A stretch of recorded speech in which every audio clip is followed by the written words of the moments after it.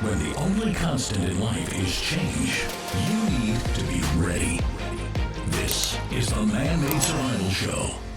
Hello everyone, my name is Jose Prime, Man-Made Survival. Thanks so much for coming back to the channel and watching this video. So a lot of things have been going on for the past few days, and of course, 2020 just seems to be the most crazy year that we ever had, or at least it seems that way, because everywhere we turn, it just looks like we're having problem after problem.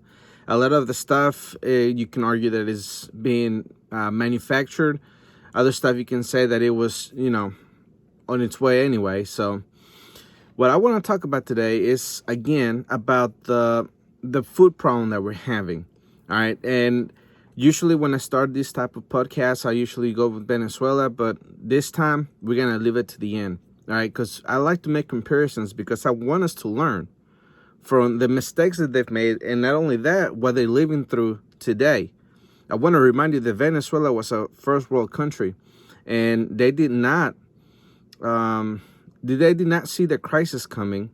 I mean, there were some people that actually did see it coming because they were paying attention. Majority of the country did not.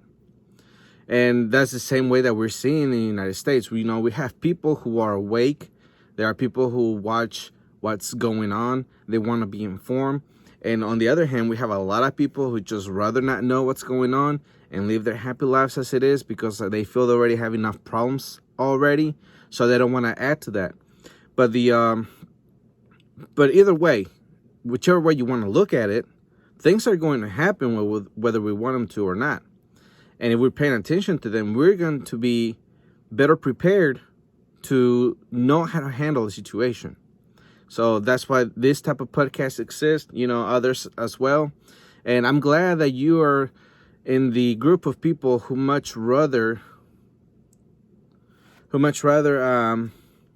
understand what's going on rather than, just putting your head in the sand, which is good, But anyways, so the food crisis that we're starting to see, or now we're starting to see that we're experiencing already in the United States, it's something that we have been warning for a long time, even before COVID-19 or coronavirus, whichever one you want to, name it, because there was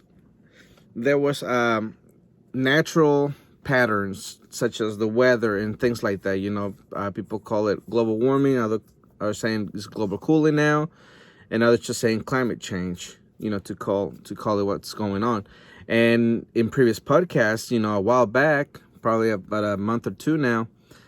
No, probably longer than that. Anyways, the point is that I warned that because of last winter's weather and the winter before that, farmers were starting to experience less and less yields on their products, on not products, but on the produce. All right. As of last winter, they were about 2 million pounds short of what they normally needed. And because of the weather and other things, there were farmers that were going out of business. They were filing bankruptcies. I even showed the charts that show how many farmers were going under. And even though we have so many already in the United States, without COVID-19, they were having a problem already. Now with this, as you're gonna find out today, it's mind-blowing. Because if we don't know that this is going on, then you will not be able to prepare. So this is why, as a prepper, you need to have food security. And you also need to have your water secured and other things secured along the way.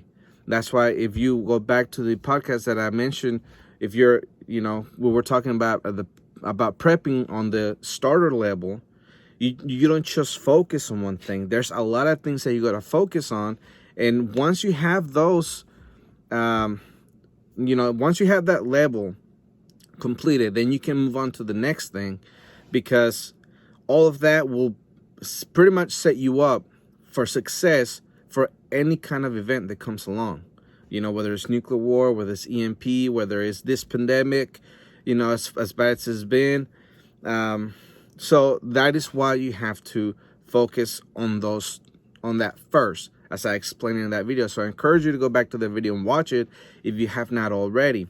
That way you can start to look with the things you need as a start, starting prepper or a beginner prepper, whatever, and actually get done with that. So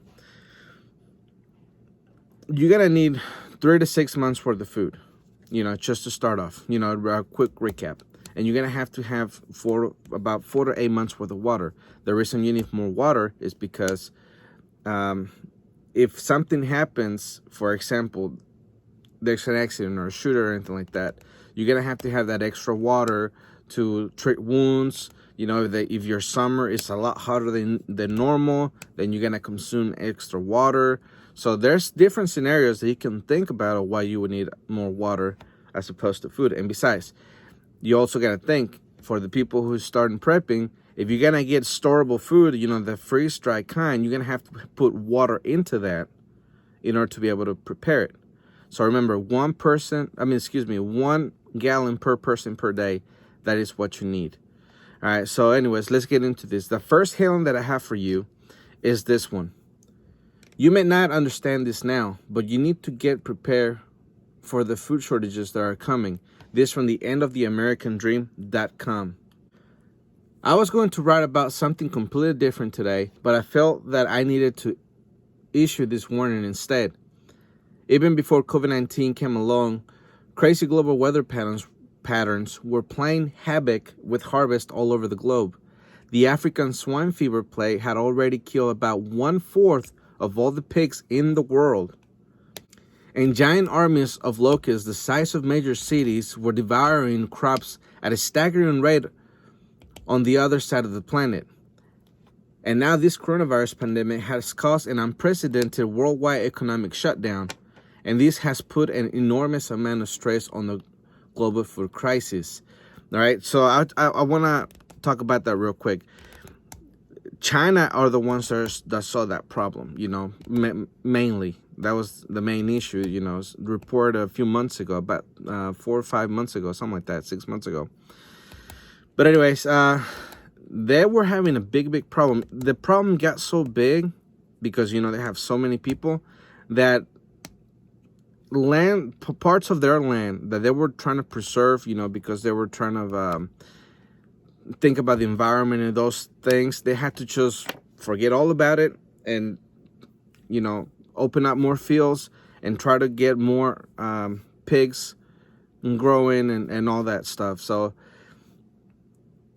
the demand for food, especially in a country as big as China, they have 1.5 million people or something like that, 1.7. Food resources are going to have to be something that you get taken care of real quick, or people will riot in the streets and do a lot of sorts of things. The same way we're seeing in Chile right now. They're rioting because there's no food. All right, so the article goes on to say, here in the United States, our stores have plenty of food, but empty shelves have started to appear, and food prices are starting to go up aggressively. In fact, we just witnessed the largest 1-month increase in food prices that we have seen since 1974. For a long time, I have been warning my readers that eventually a loaf of bread in the U.S. will cost $5. And one of my readers in Hawaii just told me that, quote, my wife came home with half a loaf of bread for $2.99, end quote. So it appears that the day I have been warning about has already arrived for some people. Of course, the price of meat is going up even faster than the price of bread. The following is an excerpt from an email that one of Robert Wenzel's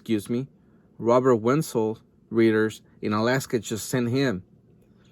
Our local Costco, as of now, beef hamburger is $9 a pound, and steaks are $18 a pound. Hamburger was at $3.50 a pound before all of this. Our local butcher shops that butcher and package the little local beef that is raised here are all out of meat. Luckily, I have a couple moose in our freezer and plenty of canned smoked salmon, and salmon season is coming soon. Hopefully the price of hamburger has not nearly tripled in your area yet, but without doubt meat prices are going to just keep heading up higher. Ultimately, it is all about the supply and demand. Meat processing facilities have been shut down all over America due to COVID-19, and this is starting to create some really annoying shortages. But as I keep reminding my readers, the only reason these meat shortages are severe is because many farmers are unable to make their normal sales to the processing plants that have closed. All right, before I continue with the article, there's some places who have not seen. Okay, so all of this throughout the United States is kind of like pockets of things that people are seeing. Not everyone is seeing the same issue. For example, Alaska, they saw a very big increase in their meat. There's other places who have not seen very much at all. But a lot of this not only has to do with demand and supply because the food processing plants have closed, but also everything that the Fed is doing, with printing so much money, with creating all of this debt, eventually one day is going to make things go higher and higher. It's the same thing that I've listened to Peter Schiff say. He says, that because of all this government spending and everything that we're doing, eventually the dollar is going to collapse or it's going to go down, and that's going to make prices increase, which of course is going to be more expensive for you and me to be able to have the same type of things that we used to have in our home. Having people who eat steak on a regular basis in Alaska, they might cut back because $18 a pound is going to get expensive very, very quickly. Same thing with hamburger meat. So that is why it's important for you to have your own little farm going, because you don't have to depend so much on the store and the prices that are there. Because if you can have a system set up to where you grow the food that your animals are going to eat, then virtually everything is free. If you have a pond or somehow you can water your plants without having to open up the tab, because that's going to run up your dollars on your water bill. If you can water those plants are going to grow, and you're going to get the fertilizer from your animals, which is going to give the nutrients to the plants you need. And then in turn, when you process or you harvest that food, that's the same food or that you've grown that you're going to feed your animals. And eventually when your animals are ready to be processed, then you're going to eat them. And then you're gonna, depending on how much you have, let's say you have a big amount of livestock, then you're gonna eat normal without having to worry about what is the price at the store. This is why it's important for you to have your own little farm going on if you're able to. I know there's a lot of people who don't have the space, but that's why from now on you need to start thinking ahead, because eventually the dollar is going to collapse, making prices go high, and maybe at some point even have hyperinflation like Venezuela has, right? Especially if we keep pumping and pumping all of this debt. So that is something for you to think about and look forward to in the future so you don't get caught off guard, all right? So the article goes on to say, as a result, a lot of these farmers have been forced to gas or shoot thousands of their animals. For farmers in Iowa, Minnesota, and other Midwestern states, they had little choice but to euthanize the backlog of animals, which means gassing or shooting thousands of pigs in a day, according to the New York Times. The financial and emotional repercussions on the farmers are profound. Some farmers are losing as much as $390,000 in a day, said the report. So far, 90,000 pigs have been killed in Minnesota alone. In the end, a lot of farmers may have to go out of business after being financially ruined during the crisis, and we will seriously miss the lost capacity in the days ahead, because the truth is that the global food supply are only going to get tighter and tighter. All right, so I want to address that real quick, because $390,000 these farmers are losing a day because they have to euthanize their livestock. It's just an incredible amount of money. You don't really know how much is put in the process of you having hamburger meat at the store. How much money. Yeah, that's a lot of money that they make, but now they're not making any. That's going to make them bankrupt even faster. All right. And like I stated before in the article, so many pigs died from the swine flu.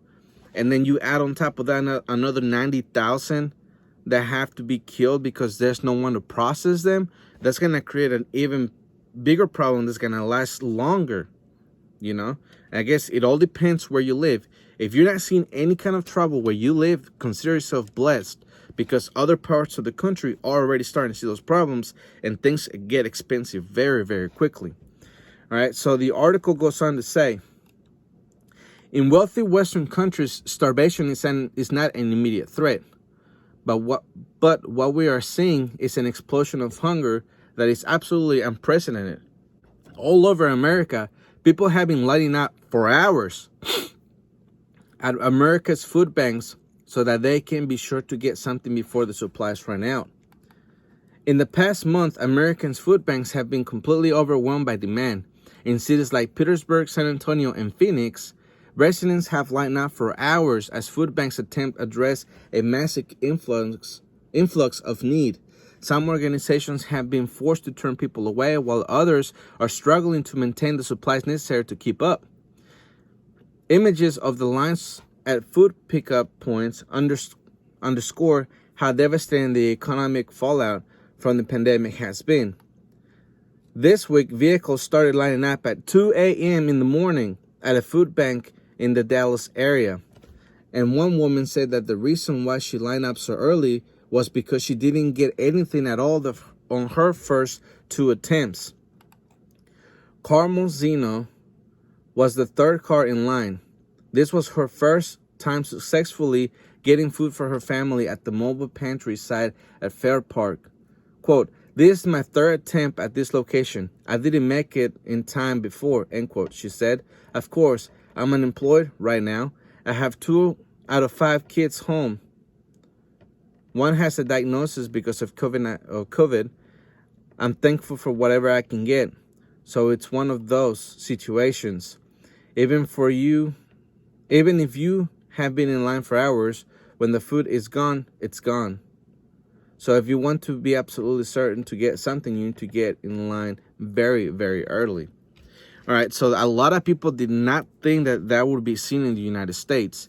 All right, so like I've said before and I stated, is that this country is extremely blessed and extremely wealthy that we have so many food banks that can take this type of, influx of people that look for help, because how would the situation be if none of those food banks were operating and none of those people could get the food and the help they need? Things would be very, very dire. All right. So that is why I say you have to take care of your own food and water. Let's say by some miracle, all of this goes away and everything goes back to quote unquote normal, where you have your job back, when you have your way of living back, where there's no, social distancing BS and all these things, no lockdowns. That would be the best time for you to go ahead and start prepping.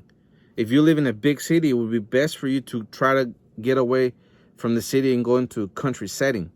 All right, that way you can take control of your food security.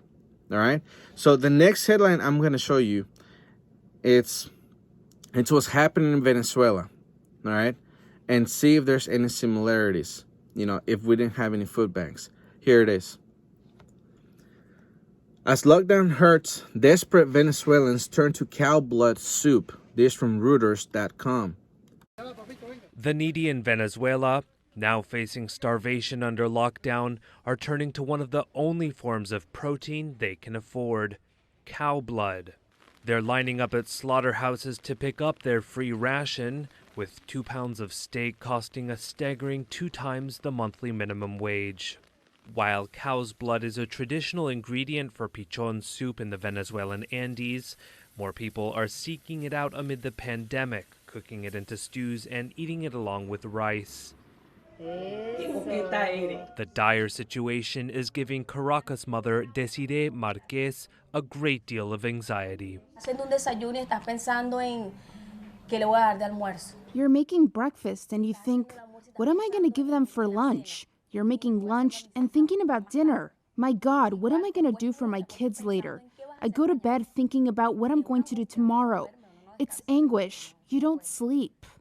Though reported numbers of deaths and cases from the virus appear modest, with 440 cases and 10 deaths that critics say is inaccurate, Venezuelans are suffering from the shutdown and delays in the food distribution program that for years has been the most important food source for many.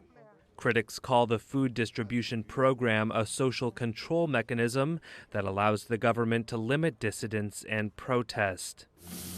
The consumption of blood for protein is a striking symbol of hunger, as Venezuela's economy, now suffering 6 years of extreme hyperinflation, is further strained under lockdown. And with the virus and economic worries showing no near sign of abating, moms like Marquez continue to worry what they'll feed their kids next. Since Venezuela went into coronavirus lockdown, dozens of needy people have been lining up at a slaughterhouse in the western town of San Cristobal to pick up the only protein they can find for free: cattle blood. Mechanic Alair Romero, 20, goes twice a week. He lost his job at a local garage and says boxes of subsidized food from the government of President Nicolas Maduro arrive too slowly. Quote, I have to find food however I can, end quote, Romero said, holding a coffee thermos dripping with blood the slaughterhouse gives away.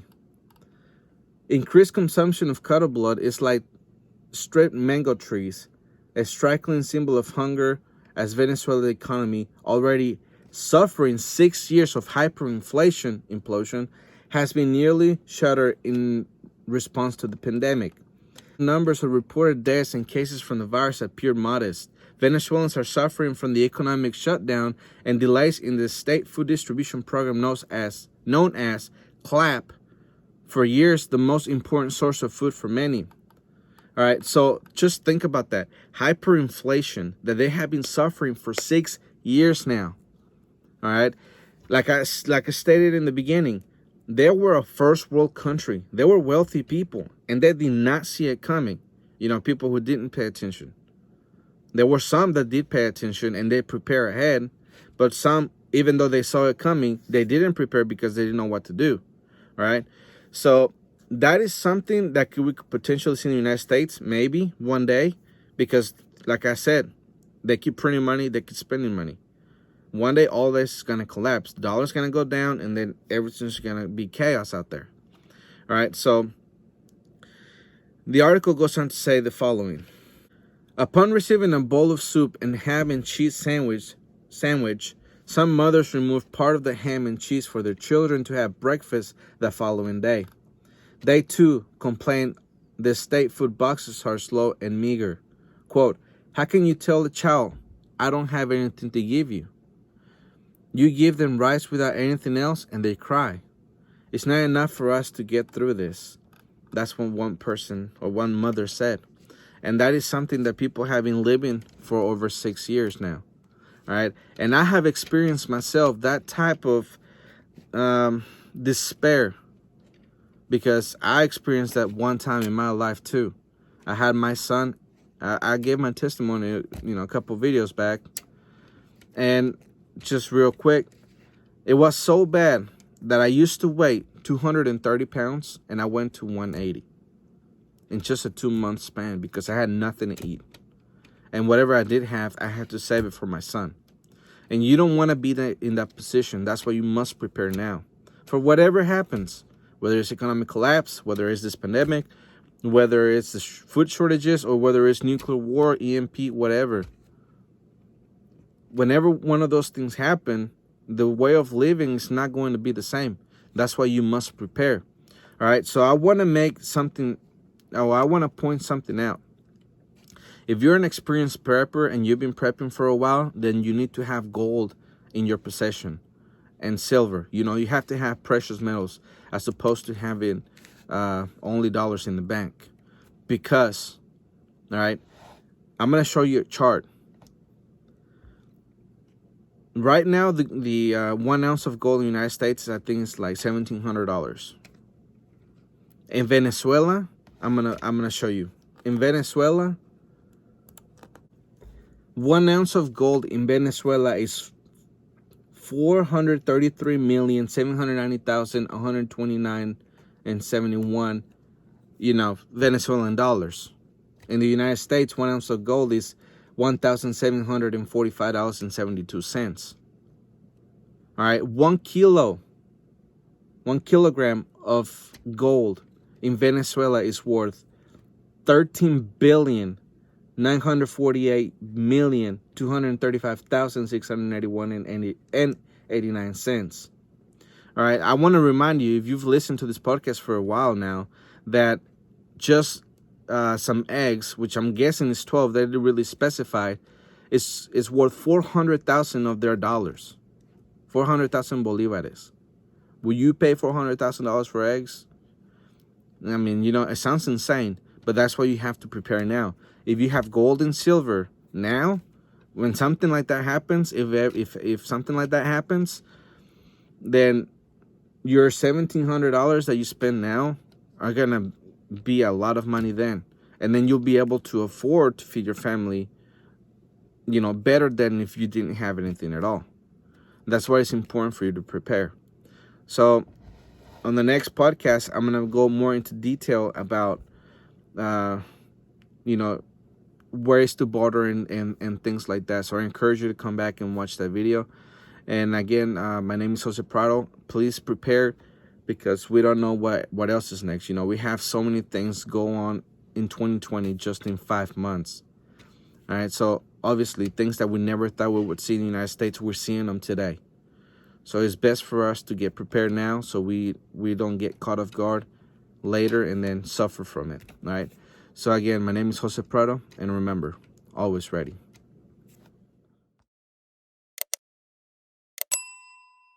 The Man-Made Survival Show.